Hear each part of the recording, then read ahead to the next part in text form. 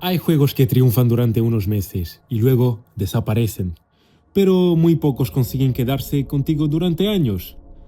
Five Nights at Freddy's lleva más de una década haciéndolo. 10 años después de su lanzamiento, seguimos hablando de él, seguimos creando teorías y seguimos recordando sus misterios. Y eso dice mucho más de FNAF que cualquier cifra de ventas.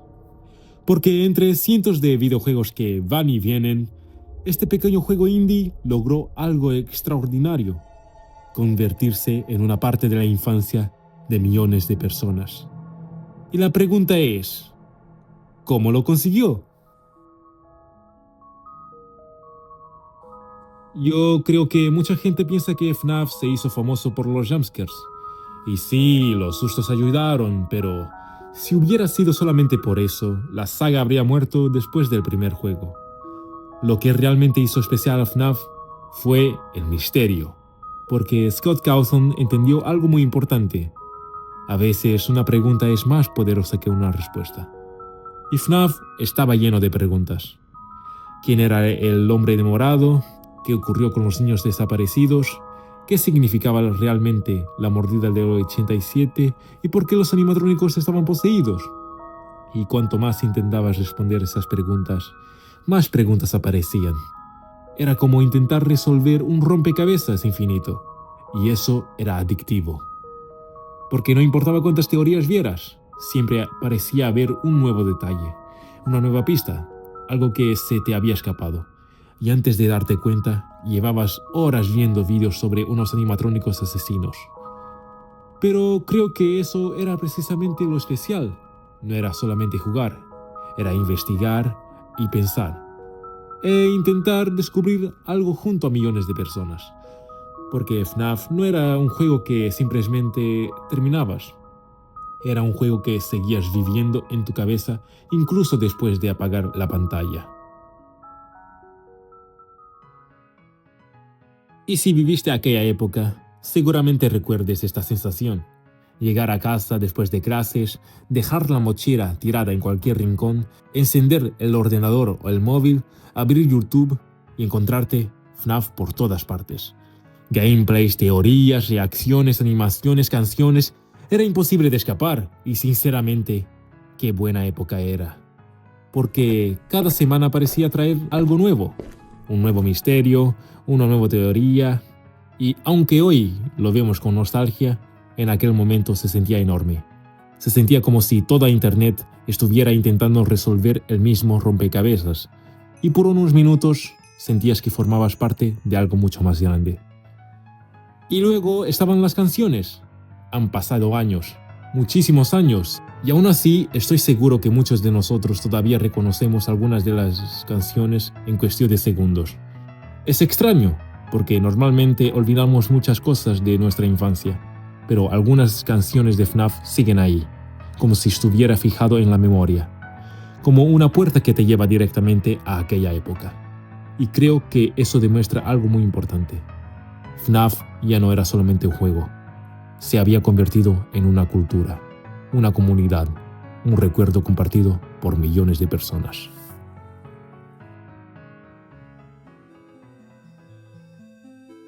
Y lo más impresionante es que todo esto comenzó gracias a una sola persona, Scott Cawthon. Antes de FNAF, Scott llevaba años intentando triunfar como desarrollador indie, y muchos de sus proyectos no funcionaron. De hecho, una de las críticas más conocidas que recibió era que sus personajes parecían animatrónicos extraños e inquietantes. Y aquí es donde la historia se vuelve increíble. Porque la mayoría de las personas habrían visto esta crítica como un fracaso, como una señal para rendirse. Pero Scott hizo lo contrario. Tomó esa crítica y la convirtió en una idea. Una idea que acabaría cambiando su vida y la vida de millones de personas. Y honestamente, eso me parece inspirador, porque demuestra que a veces las cosas que parecen derrotas terminan convirtiéndose en oportunidades, y que una sola idea puede terminar dejando una huella enorme en el mundo.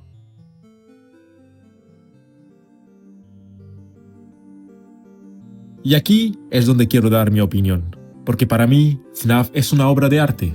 No porque tenga los mejores gráficos, ni por el mejor gameplay, y ni siquiera porque tenga los mejores sustos, sino por lo que consiguió crear, porque inspiró a artistas, músicos, animadores, escritores, creadores de contenido y creó comunidades, amistades y especialmente recuerdos. Dejó una huella enorme en Internet. Y muy pocos videojuegos consiguen algo así, porque hacer un juego es difícil, pero inspirar a millones de personas a crear, eso es algo completamente distinto. Y creo que ahí está la verdadera grandeza de Five Nights at Freddy's. Y quizás eso es lo que hace especial a Five Nights at Freddy's, que cuando pensamos en él, no recordamos solamente un videojuego, recordamos una época, recordamos las teorías absurdas que hacíamos, recordamos gameplays que veíamos una y otra vez, las canciones que todavía siguen en nuestra cabeza, recordamos a nuestros amigos discutiendo sobre teorías, esa emoción de sentir que estábamos cerca de descubrir algo enorme. Y aunque han pasado más de 10 años, esos recuerdos siguen aquí. Porque algunos juegos se juegan, algunos juegos se terminan, pero muy pocos consiguen convertirse en una parte de tu vida. Y para millones de personas, Five Nights at Freddy's fue uno de ellos.